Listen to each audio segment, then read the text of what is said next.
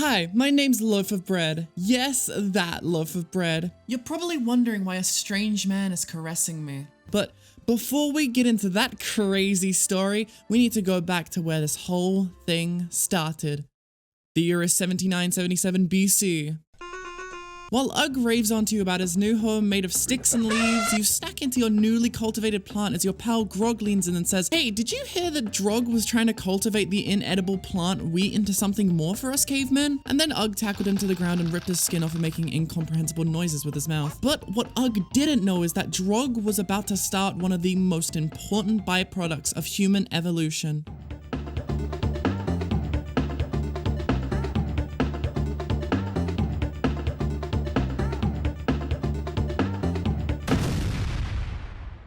That a piece of bread can become the body of our Saviour.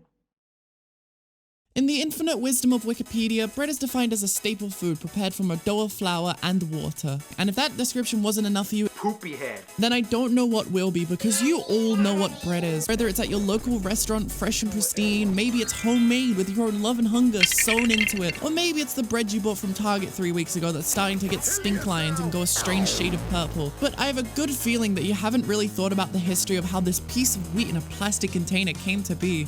And if you have, then dear God, get some help. But for you normal ones here, I hope you're ready for the most crummy, toasty, oven-bakerly hot ride of your 3-year-old lives, because it's taking us back long before the invention of the car, the smoke alarm, or the Nintendo Wii. As bread is known as one of the oldest prepared foods of all time, and one of the first known variants of bread was known as leavened bread, which was discovered by ancient Egyptians at least a couple of years ago. And it was much more rough due to it being cultivated from wild yeast and grain. But honest to God, they seem to have practically worshipped those fine loaves, with it taking up important roles as currency for all wealthy and poor. Even before and after these times, bread was widely known as an ancient form of money, but their love of bread may have been their downfall, as researchers found out recently that the grain contained inside the food that they depended so heavily on contained a fungus that killed thousands, known as ergot. As recently as 1928, some Jewish immigrants in Manchester were taken ill with characteristic symptoms after eating bread made from rye, which was later proved to have been infected with ergot.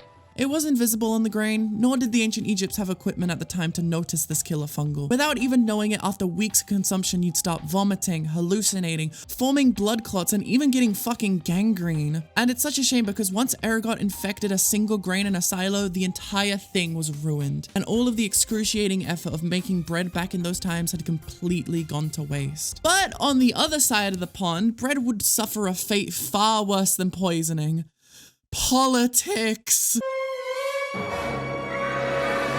As in the world of the Roman Empire, bread held a similar stature that it had in Egypt, except for one key difference: political power. As bread was a way for emperors to control the masses of Rome, with a famous example being Julius Caesar, who, in order to stay in favor of the people, decided that instead of paying for bread, it should be given out for free, which kept him real popular with the lower class who struggled to afford it. And due to the decrease of starvation, over the course of just a few decades, the population grew from 42,000 to over 200,000, with no signs of slowing down. So with that many mouths to feed, it was a real concern that their source was none other than Egypt, which was inconvenient for the empire because at the time they technically didn't own Egypt, but instead that right went to a single man known as Octavian Augustus, who could rightly tell them to fuck off at any given moment. Although luckily that wasn't the case, as an empiric leader of an archaic time was just a sweetheart and would continue to supply Rome's over 250 different baking stores, which turned the lowest of low classes to one of the highest and most networked people of the time. With one example of this being Virgilius Aristides, the one slave turned baker who was the fan favorite of the Roman Empire because I guess his bread tasted better or something. Damn, it must have been good because due to his connections and wealth, he got a big ass tomb in one of Rome's main streets, which is still there to this day. And if that beautiful story of bread wasn't enough to convince you that the poor loave's history ain't so crummy, let's step forward a few hundred years into... During this time, bread really took the leap from the fungal-infected, politically powered food item we've known in this video to the staple of every fridge and cabinet in the world it is today.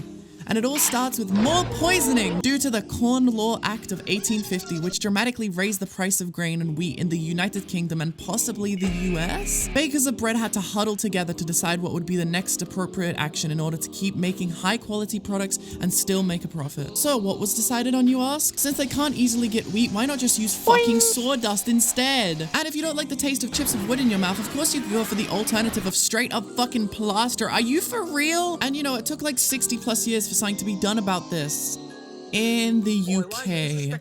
In the US, however, it was still happening well into the 19th century, but around the time of 1869, the Corn Law Act was completely abolished in the UK by, well, the Anti-Corn Law League. But I mean, it was like hundreds of people. That's how you know they were important. And earlier, I may have been a bit dramatic about the bread situation in the US because it wasn't all that bad. As a child of bread known as Sylvester Graham, who published a book called Treatise on Bread and Bread Making, which taught the masses of the US to basically get off their asses and do it themselves, noting on how to grow wheat and turn that wheat into beautiful, beautiful savory bread. The accessibility of the book revolutionized bread making at the time, and it became a much more popular homemade dish because of it.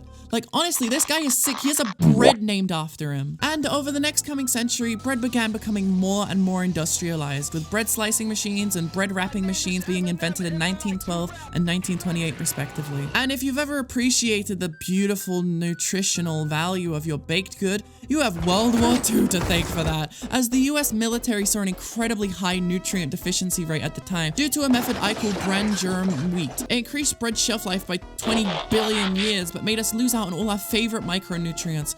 So Roosevelt told them to make the bread better, so the bread got better. And since then, the only real change in the bread process is the inevitable automation of every process in bread making, which feels like a bit of a sour end to the journey bread has taken since cave times, but with the improvement of technology means improvement to the masses' knowledge, which includes the methods of making bread, which is known by more and more people around the world, and I wouldn't have it any other way. Thank you, bread. You cured my need for a sandwich at 2 AM a few weeks ago, and I made this video in honor to you. Hey gang in question, hello. Sorry that this video is kind of shorter than the normal ones. I meant for it to be like way longer, but it just didn't really work out that way, so whatever, it's fine, it's fine. I recently launched a Patreon, it's very cool. You know, you can get access to like video updates, you know, you get to choose what videos I make, you get previews, you can have your name right here. While I'm speaking, there are no names right now because no one, this is the first announcement of the Patreon. It's only $1 a month, okay? One singular dollar, okay? You'll get full unedited call-in show streams, and we do have a higher tier of $5. I've been meaning to set up a Patreon for a very long time. I'm happy to finally done it, but anyway, I'm gonna go rest my little head. Good night, everyone. God bless Testonia.